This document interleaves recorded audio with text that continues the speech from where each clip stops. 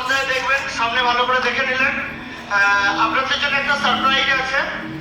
Candy আমাদেরকে, candy star যিনি এসছেন, উনি আমাদের একটা সংলাপ বলবেন এবং উনি একটা গান শোনাবেন। যতক্ষণ উনি থাকবেন আমি দেবাশিস স্যারকে বলবো আপনিও স্টেজে থাকুন। আচ্ছা, ক্যান্ডি কি রেডি আছে? Welcome candy. ক্যান্ডি কি রেডি আছো? দাও দাও, একটু পরে এসো। Welcome candy. এই একটু পরে ক্যান্ডির জন্য একটা জোর বিগ হ্যান্ড দাও। আচ্ছা আচ্ছা, ক্যান্ডির জন্য একটা big hand.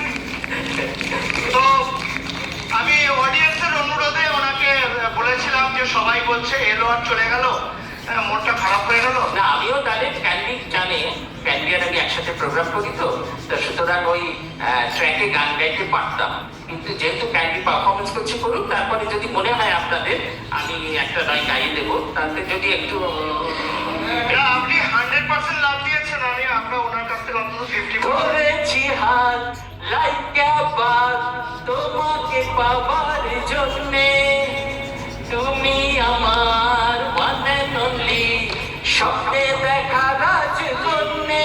Hi hi my love, you আর মাই লাভ, দিবানি তোমার প্রেমে এনেছি গোলা। এবার সমস্যার একটু বলুন না কথাটা। ভালো যদি গানটা নাও লাগে, ওই কথাটা ভালো লাগাতে হবে, সেটা একটু সমস্যা রে বলুন। চলে It's 100% love, love, love, love, love. It's 100% love, love, love, love, love. It's 100% love, love, love, love, love. Thank you very much. এবার আমরা 50% লাভটা শুনে নেব।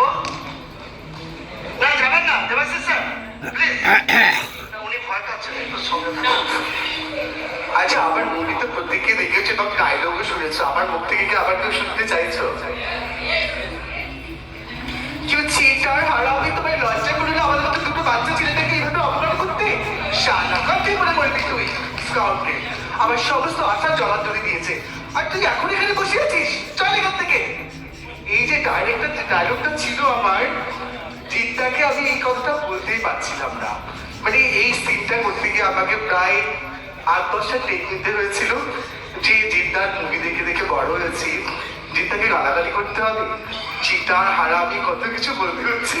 তো লাস্টে আমাকে জিদ্দা এসে বলছে, ক্যান্ডি প্রচুর রোদ আকাশে, 3 তলার ওপরে শুটিং করছি, এত কাঠফাটা রোদে তুই পড়ে যাচ্ছিস, আমি পড়ে যাচ্ছি, শুভ পড়ে যাচ্ছে, ডাইরেক্টর পড়ে যাচ্ছে, অতএব তুই ভাব তুই অন্য কাউকে গালাগালি করছিস, আমার দিকে তাকাবি না।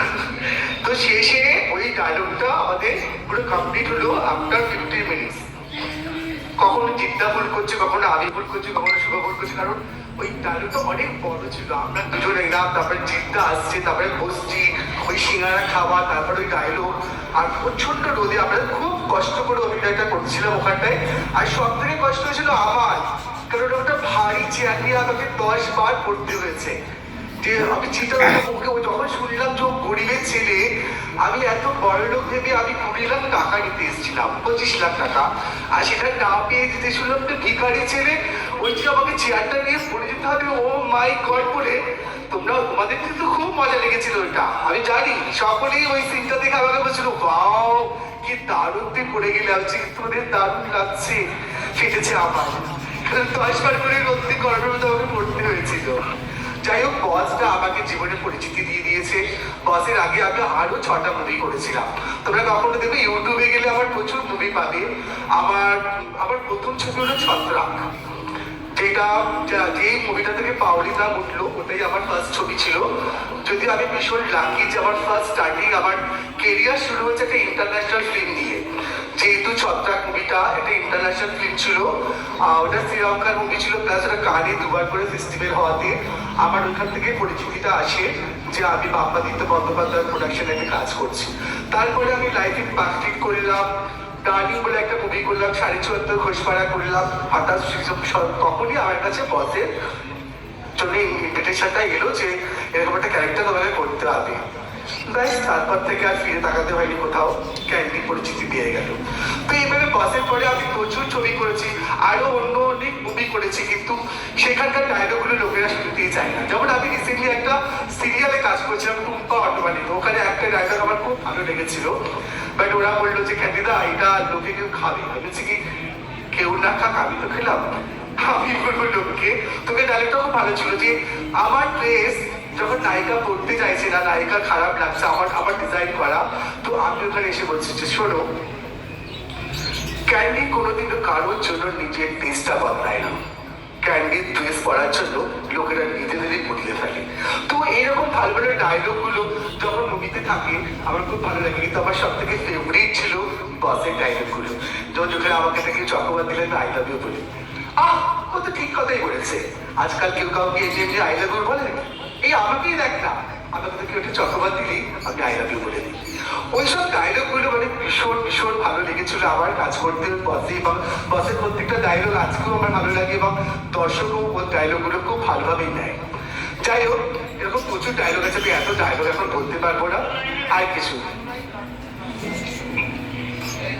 দু লাইনের একটা গান গাইবো, মেয়েরা কিন্তু রেগে যাবে না। আমি যে গানটা গাইবো গানটা কিন্তু মেয়েদের রেগেছে, বারবার বলছি। লোকে বলে আকাশে তারা গোনা যায় না, মাঝে বলে নদীর যে তল পাওয়া যায় না। আমি বলি এ তো সহজ কথা, মেয়েদের মন বোঝা যায় না, মেয়েদের মন বোঝা যায় না। আরে ডান দিকে তাকিয়ে ওরা দেখে বাদিকে, সোজাসুজি ওরা চায় না। মেয়েদের মন বোঝা যায় না, মেয়েদের মন বোঝা যায় না।